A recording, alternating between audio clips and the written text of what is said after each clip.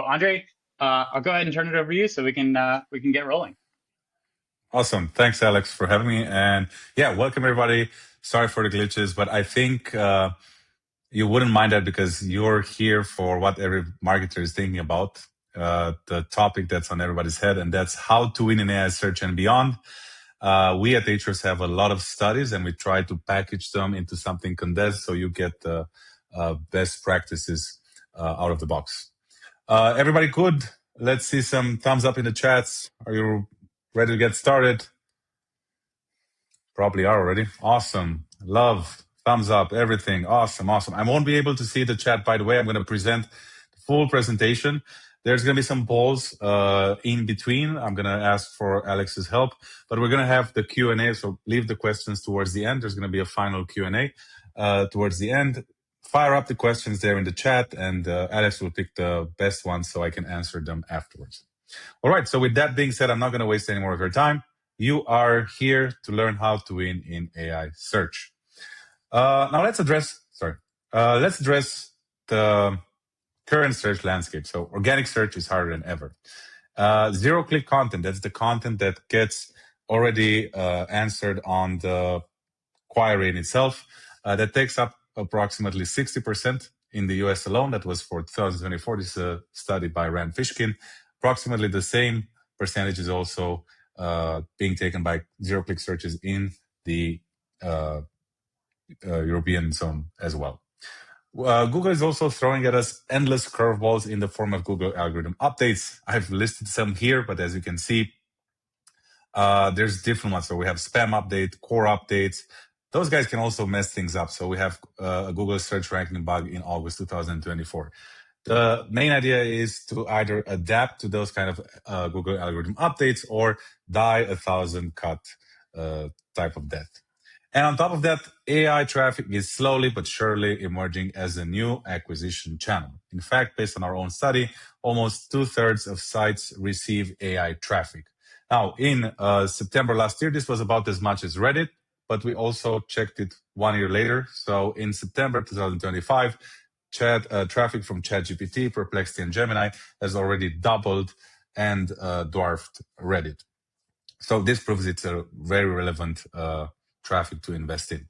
Now, the truth is there's always been a lot of channels to build your brand, but never so many that matters all at once.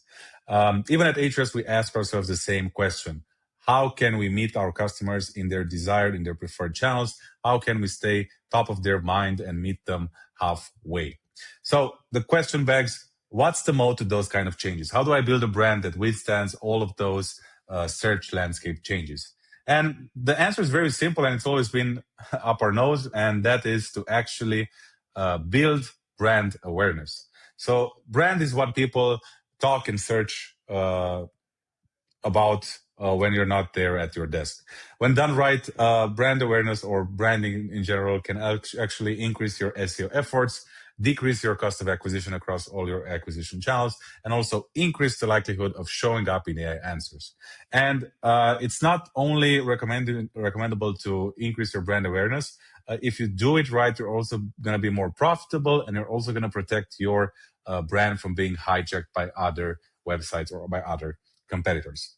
Now, that's what I'm going to do today. I'm going to focus on three main topics. First, traffic. Traffic is more or less the North Star in the old SEO world. I'm trying to give you a new perspective in the new brand awareness or brand world. There are a few brand awareness metrics you should follow, and you'll see in a few seconds. There's also the big chunk of the presentation why you're here for, how to make your brand discoverable in AI search. Again, this is based on Ahrefs studies. And I'll conclude with my own thoughts, whether we call it GEO, AEO, LLMO. I still think it's all SEO, at least 90%, and 10% is something more peculiar that applies only to answer engine optimization or to those kind of AI platforms. All right. So let's start with brand awareness metrics. Now, brand awareness has always been this kind of fuzzy, difficult to measure kind of channel. First, because attributes such as brand affinity or brand recognition are quite subjective when you answer those kind of attributes. And second, because some of the content might not be on your own website. So you might have branded content on third-party websites that you need to syndicate. But we actually dug a little bit deeper, and we actually found out a Google patent that supports the fact that Google assigns sites a site quality score based on a few brand, and I wouldn't call them metrics here, I would call them brand signals. So first we have branded keywords, that's kind of obvious. We also have branded mentions. Think of rich anchor text. So what's before and after a branded keyword, and also what's inside a branded keyword, and website clicks. So click-through rates are still the ones that matter. As long as you increase those brand signals, you will also increase the authority of your website in Google, and that will also increase your likelihood of being picked up, being surfaced in AI search results. But now, to focus only on the brand awareness metrics, brand awareness still matters if you do it correctly. It compounds, and we're gonna move away a bit from traffic to other kind of metrics that you ought to measure, and the first one would be organic share of voice.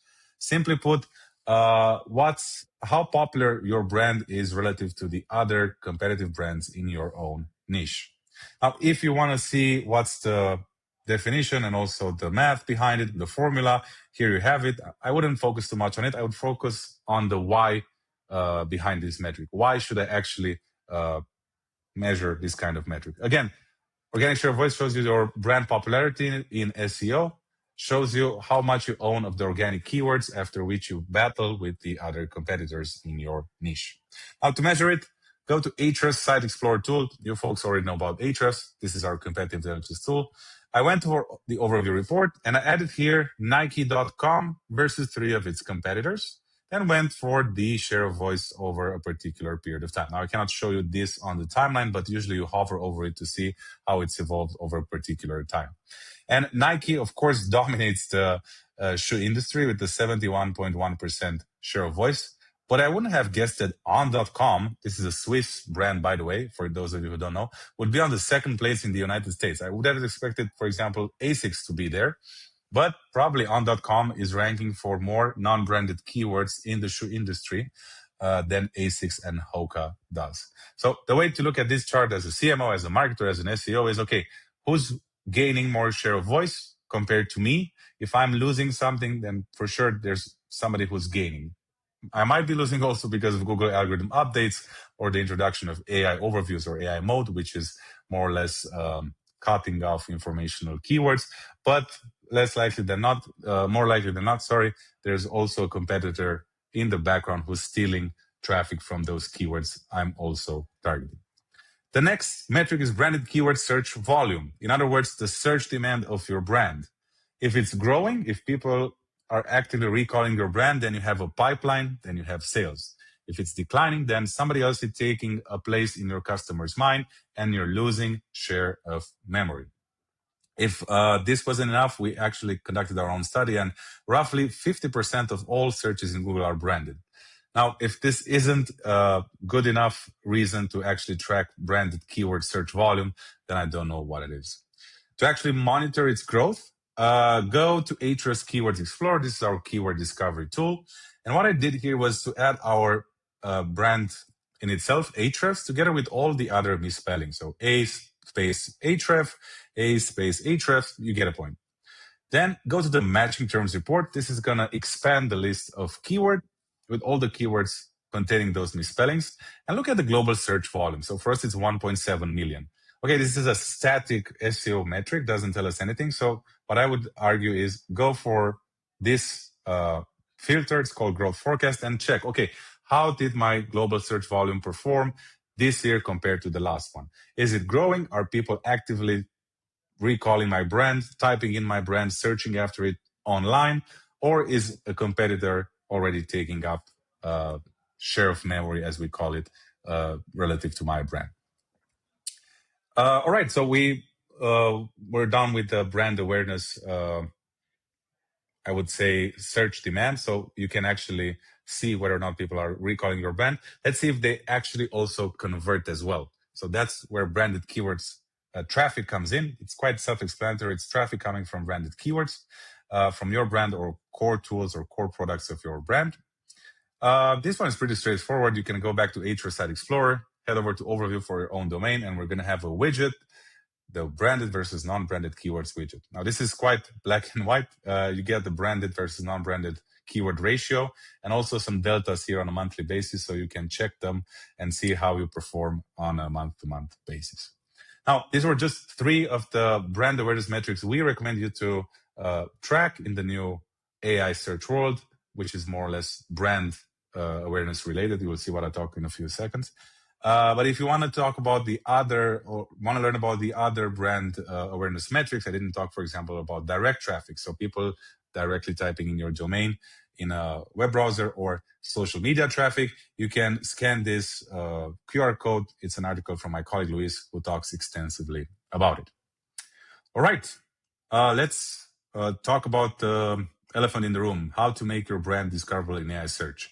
Now, before going in, Alex, please help me. I want to gauge how many people are actually checking their AI traffic. Do you track AI traffic? Yes, no, it's very easy. Let's see. I cannot see the chat, but I just want to measure that. Yeah, Alex, please. Yeah. Poll is live. We've got right now we're 100% yes. Okay, we got our first no here. Okay. But how many answers? We've got 12 answers so far, 13, 77% yes right now. Okay, I have to say, I'm presenting this kind of webinar to a lot of audiences, and so far you guys are the most advanced ones because you are more than 60 or 70% tracking AI traffic. So I love it. You guys are advanced SEOs. I'm not talking to all. My next question is a follow-up question. If for those of you who already track AI traffic, which AI platforms do you track? Do you track ChatGPT, AI Overviews, AI Mode, Perplexity? I want to see the ratios there so I know I'm aware of the trends. That's purely for us. All right, we've got second poll launched here, saying ChatGPT, and then AI Overviews are taking all of the votes right now. Got interesting. 78% ChatGPT, 22% AI Overviews, 0% everything else right now. I'd imagine also there's some folks here that are tracking across several things. Yeah, I assume if ChatGPT is the first option, probably there's a lot of people who have e-commerce and software as a service businesses, because that tends to be more on the transactional side rather than AI overviews. So that's just a hunch of mine. We'll see in the end. Okay, so how to make your brand discoverable in AI search? You might think that Google released AI mode just because their market share is down, right? Well, wrong. We actually coded our own website. It's called chatgptversusgoogle.com. You can also check it out for yourself. And we studied the traffic makeup of 50,000 websites to see, okay, where's their AI traffic versus traditional traffic measuring up. And we found out that actually Google sends 196 times more traffic than the top 3 AI chatbots, so ChatGPT, Perplexity, and Copilot. I think this was in September this year, so it's November, probably it's doubled for ChatGPT, but you get the point. Google and Googling is not dying. On the contrary, people are finding more ways to discover brands with AI search. And I would argue that one does not simply use AI search merely for clicks. So what I'm going to I'm not going to teach you. I'm going to show you the ropes more or less. Take it with a grain of salt, because in AI search, it's still Wild West, but these are all findings that are backed by our own studies. You can take a screenshot. We're going to go over them in a few seconds. But first, you need to take inventory of your brand mentions. So how do I actually track brand mentions in AI search in the first place? If you don't track it, you cannot improve it. That's why we actually built Brand Radar. And Brand Radar is our own, the Ahrefs AI visibility tool. It's a standalone tool, by the way. So if you only want to optimize for AI visibility, you can buy it on your own. And this allows you to see your brand's visibility in AI search, Google, and beyond across 6 major AI platforms. Now, the way it works is very simple. You just type in your brand here at the top. I'm going to leave my competitors and market empty for the moment. And when you click Explore, you're going to see what are your brand mentions. You have the mentions here across all major platforms. We have 190 plus million prompts on a monthly basis across AI overviews and AI mode. So we have people tracking that. ChatGPT. I'm not going to focus on the rest because apparently you folks don't focus on them. But honestly speaking, those would be the three I would probably optimize for first in the first place. All right, so now that you know how to take inventory with an AI visibility tool of the number of brand mentions across those AI platforms, let's get into the weeds. So step number one, increase brand mentions across the web. This might surprise you, but most brand mentions will come from other websites, not yours. I did actually check all of our branded mentions for Ahrefs.com, and lo and behold, they actually come from third-party websites. And I did this individually on a AI platform by AI platform basis. So I went to Brand Radar, typed in Ahrefs, and for ChatGPT in the United States, we are not our own website. So Ahrefs.com is not cited as a primary resource. Okay, I was like, this is fishy. Let me check for another AI platform. I went for AI overviews. This time, we were mentioned in the top 10 on position number 7, but we were still not the primary resource. Primary resource means top 3 or top 5. This is a problem because it lets other people, other third-party websites tell the story of your brand when you yourself should be the one, the captain of your ship who beats the drum around it. This is not actual randomness. We studied 75,000 brands and the factors that correlate most with the appearance in AI overviews. This is AI overviews solely. And we found that the number one factor is, in fact, branded web mentions. Now, this does make sense because unlike SEO, branded web mentions are not linked, so you don't have a backlink in them. And it makes sense because LLMs train their data. They have more data from branded web mentions, so it's in their own advantage, own benefit to have more branded web mentions to train their own data when they surface AI answers. Now, to increase the authority outside of your own website on third-party websites, you should strive to get featured on industry best of lists. So apparently listicles are the ones that are working right now. PR and media coverage outlets. We're coming back 10 years ago. We're doing PR again, targeted PR for our own niches, and also focus on getting featured on customer reviews and case studies. These are platforms like G2, Capterra, those kind of review platforms, Trustpilot, and so on. I'll give you an example. For example, I want to find the best listicles for the SEO niche. So top 10 SEO tools for 2025. You could emulate this for your own niche. So first thing first, add your own niche in Brand Radar. I did add SEO because we activate in the SEO industry. Go to the cited pages report and look for queries. These are questions that contain the word best. So what I essentially did, I'm looking for cited pages. So these are domains that are being trained on to surface the best, to surface AI queries, AI questions that contain the word best in them in the SEO niche. And I actually got 338 results. First one, Zapier.com. It's a blog post about best SEO tools. So this is a prime real estate for me to collaborate with them so I get quality mentions in AI chatbots. All right, this was step number 1. Step number 2 is to write content AI loves to cite. And guess what? AI prefers different types of content to others. So you'll see what I'm talking about. We asked ourselves, what kind of content types does AI platforms prefer to cite? So we did run a study on 35,000 websites, which are the most common words in URLs. After blog, it's best and top. So this would be more or less the same. We have guides. So people are looking for step-by-step tutorials. And we have versus. So comparison between you and your competition. With this in mind, the solution should be quite easy. Cast a wide net. Some people are just fishing for news hijacking.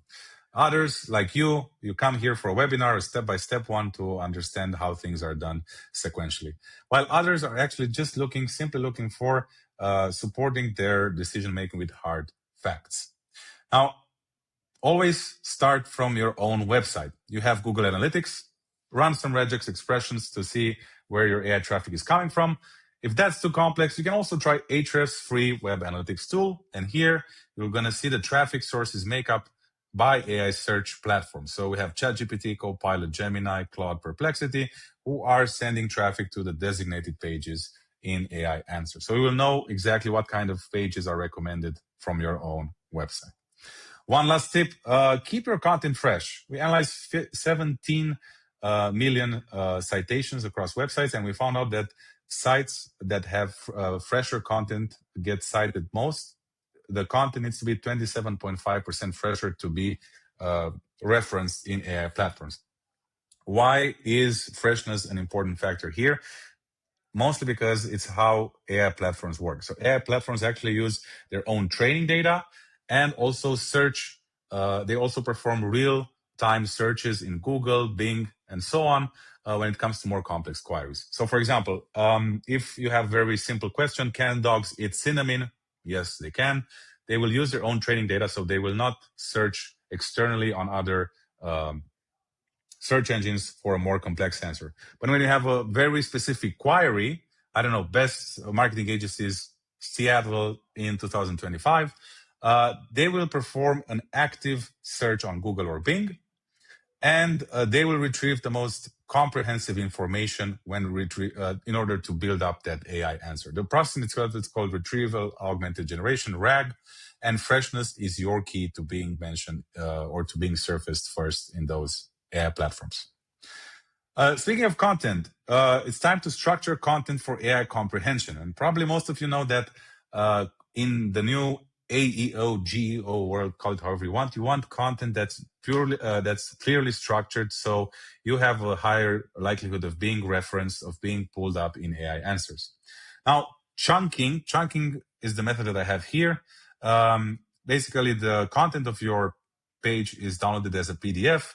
The text is extracted, broken down into chunks of text, embedded into vectors, and those vectors are added to a database that those AI platforms use to recognize the data on your website, the content on your website. Chunking is real, but chunk optimization is overrated. What we recommend instead is to write atomic content. So content that can stand on its own legs and has the highest chances to deliver the most comprehensive answer. That will be pulled by ChatGPT, Perplexity, and the rest. If this sounds familiar, it's because how well optimized SEO has been done for years. And if you still wonder how to do that, we have two answers for you, or two tactics for you. So apply the bluff method, bottom line up front. Essentially, this means that you should probably front load the most important information at the top of the paragraph and add the supporting details afterwards. This works because we humans read an F-like pattern, so we read the 4 or 5 words in a sentence and then follow the next one down the paragraph up until we extinguish or we get bored. The other tip is to actually check for completeness. So before hitting publish, always ask yourself, is my content grouped logically? Is each section clear and easy to follow? Does it actually answer the search query? Now, if you need a head start, you can also use AI Content Helper. This is our AI writing assistant, and click on Highlight Topics. This will first break down all of the content that you have, let's say a blog piece, into relevant subtopics, and it will then color those subtopics. The subtopics are here on the right, by the way. It will color those subtopics in the text so you know where specifically that subtopic is covered text-wise. Here in this first case, you have quite fragmented ones, so you know which one to consolidate. Or on the right, you have some zero scores, so you know these are things that you ought to cover better with more depth, so you increase again your chances to be surfaced as the most comprehensive AI answer. Now again, if this was super complex for you, I don't think it should be. You guys are advanced people. Here's some formatting best practices from Ahrefs. Organize your content with headings, H1s, H2s, H3s. Those act as jumps, so AI platforms will jump straight to that paragraph. Use bullet points for list items. Very easy. They're very comprehensive at the same time, and make sure that you don't miss out on vital information. And as stupid as it may sound, add FAQs and product info. Do we have a Salesforce integration? Yes, no. This can actually be the missing, I would say, nail, not the nail in the coffin, sorry, I'm not a native speaker, but it's like the thing that can separate winners from losers when it comes to showing up before your competitors. All right, step number 4 is to dominate YouTube and Reddit. Now, why YouTube and Reddit? We didn't just arbitrarily put them there. We ran a study and we found out that YouTube and Reddit are the second and third most cited domains in LLMs, in AI overviews, ChatGPT, and Perplexity. Yet most people don't know about this. So, dominate YouTube, not going to focus too much on it. Why do AI platforms actually prefer YouTube? Because it's a lot of resources, a lot of detailed information that is super easy to parse and surface. So create tutorials and product demos with clear timestamps. Use keyword-rich titles and descriptions. Again, this is a no-brainer. It's classic SEO, sorry. And add detailed video descriptions AI can parse. Don't write AI slop, AI copycat content in your description. Try to beat the drum around the same messaging that you have across your homepage, your website, the PR campaigns that you do, the paid campaigns that you do. So you always say constant storyline across all of those mediums.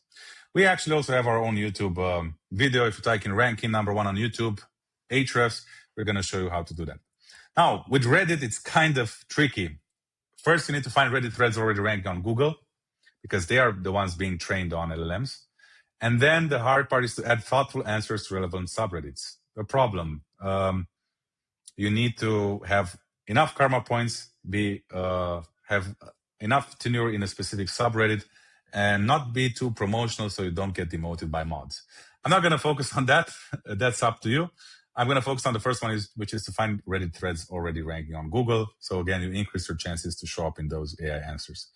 I'm going to use Brand Radar. This is, again, our AI visibility tool. And what I did was I added our niche first, SEO niche. I went again to the cited pages, and I filtered for pages that contain reddit.com. And I get already 1,000 and 5,000 pages on Reddit. These are subreddits or comments in subreddits that are being trained on to surface results in AI overviews across the United States in the SEO niche. Again, you can do this with Ahrefs Brand Radar. Last step is to close AI visibility gaps. Now, in the SEO world, you had content gaps. Those were keywords your competitors rank for, but you don't. Here we have two types of gaps: mention gaps, so AI mention gaps, and AI citation gaps. Let's go through both. For an AI mention gap, go to Brand Radar, add your domain. I went with monday.com. Pretty sure everybody used it at least once in their lifetime. And I compare it against Asana, Trello, ClickUp. You get it, other project management tools. I went to my preferred AI platform, so AI overviews, and I went for monday.com. I hovered over it, and I want to see only other brand mentions where my competitors are mentioned, but monday.com isn't. Sorry, this is on me. It's a bad screenshot. Should be AI responses, not cited pages. You get a point. You want to check AI answers where your competition is mentioned, but you aren't. For AI citation gap, that's more or less the same. Go to Brand Radar, run an empty search, go to cited pages, and here apply a filter where you search for pages that do not contain monday.com. So those are pages not coming from your website that are not trained on LLMs, but they come from Asana and Basecamp, which are essentially my competitors. All right. So that was it. As a conclusion or as a wrap up, I want to talk about the differences between SEO and AI search. So we have a comparative table to follow here. The objective in SEO was to rank higher, while in AI search is to be mentioned in the AI answers. Why? Because people don't necessarily need to click on your website, and in fact don't even do, to find out about your brand. Content goal-wise, bring more users, that's the SEO world, to your website. In AI search, make sure you tell a consistent story across all of the, how should I call them? Online real estate or the domains that mention your brand outside of your own domain. And authority signals have changed. Before you were fighting for backlinks, and also the age of your domain mattered. The longer it was, the better. But here in AI search, it's about AI mentions, citations, and fresh content like I showed you before. So if you ask me, SEO fundamentals, 90% of them still apply to AI search. The rest, 10%, are more different, peculiar nuances. And the way to look at AI search is more like an amplifier. It's a new channel. It's definitely a channel that's more transactional by nature, gets less clicks, but converts better. And whether you call it GEO, AEO, LLMO, it's still SEO. So these are just fancy words invented by people, by the SEO people, to make you pay higher. The way I see it is search optimization everywhere. So there's SEO for Google, classic SEO, SEO for AI search, SEO for Reddit, SEO for TikTok, SEO for YouTube. All of those new outlets or organic outlets where your brand can appear naturally and be extracted from, so it gets surfaced again in AI answers. To leave you with a conclusion, you can't shortcut brand. So initially we learned about brand awareness. That's the moat so to speak, track the right brand awareness metrics, learn how to rank in AI search. That's just one channel, tip of the channel. SEO is still the basics, and the fact that we're still coming back to a world like 10 years ago where you're building a brand slowly, where you're making sure that you're accurately represented across all media channels, not just SEO. You also have PR, you also have socials, paid, and video. So we're trying to go for making this is our brand actually, making your brand discoverable, staying discoverable in Google, AI search, and beyond. Oh, that was me, Andre. You can connect with me on LinkedIn if you have more questions. Thank you a lot, and let's dig into the questions. Yeah, and I would encourage people, if you've still got some questions, we've got some good ones here, but feel free to drop in your questions in the chat or Q&A here. Yep. Andre, as you switch over, we got a question early on. How often should we be refreshing content? Once a month, once a quarter? What's the best cadence for that these days? Yeah, I kind of expected this question. Good question, by the way. Two nuances here. So first, since freshness matters, I would probably start from your homepage and your main pages. So in our case, we're a SaaS. We have different tools. We checked our core tool pages, our About Us page, our pricing page, even our help pages. So we make sure that AI is being trained on the right data and we tell the right story. We own the narrative when it comes to representing Ahrefs online. Second, it's not a no-brainer. Look at the pages that get the most organic traffic. You can do that in Ahrefs Site Explorer, top pages. These are the pages that get the most traffic. Naturally, want to optimize for them, so they keep getting that traffic. To answer your question, so that would be the other part. Usually in SEO world, you would probably not touch something for 1 year from the moment you released it. Here, I probably touch it faster, probably refresh it 2 or 3 times. And I told you in which order to refresh which pages, or at least that's how we do it here at Ahrefs. Awesome. Another question from Jimmy Quick here. Do the LLMs pull from the so this is for YouTube videos specifically, and I was curious about this as well. Do the LLMs pull from the text areas or from the video itself? Could you talk a little bit more about like how it's reading YouTube videos? Yeah, I can show you better. Let me just pull up my Ahrefs account here. 1 second, I need to sign up with my credentials. To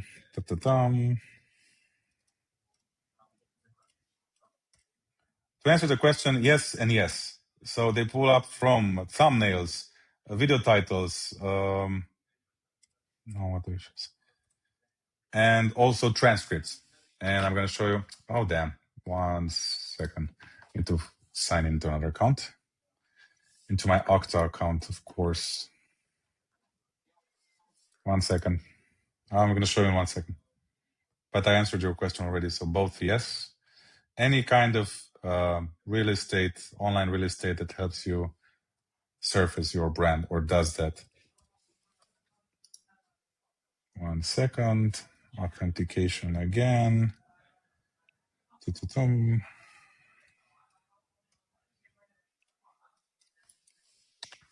All right, so I'll share my screen. My whole window. No. My dashboard. Okay, so I can go to Brand Radar. I think you can see my screen. I'll type in Ahrefs, explore, and we have YouTube visibility. TikTok is coming soon.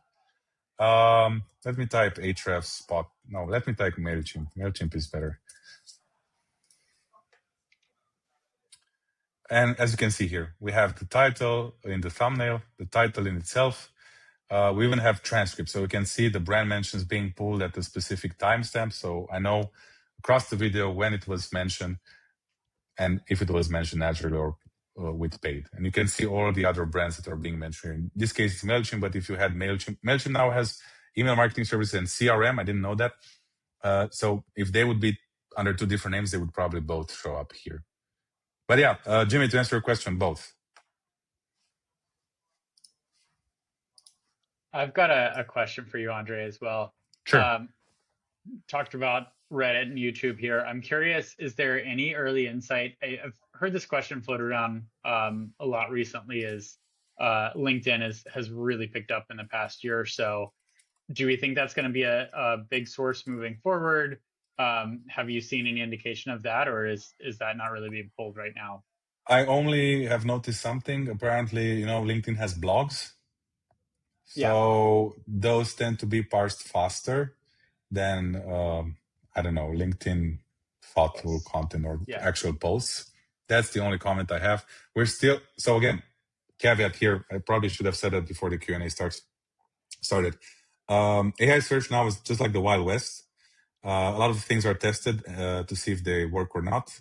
I don't have all the answers. It's just a matter of testing and seeing what works.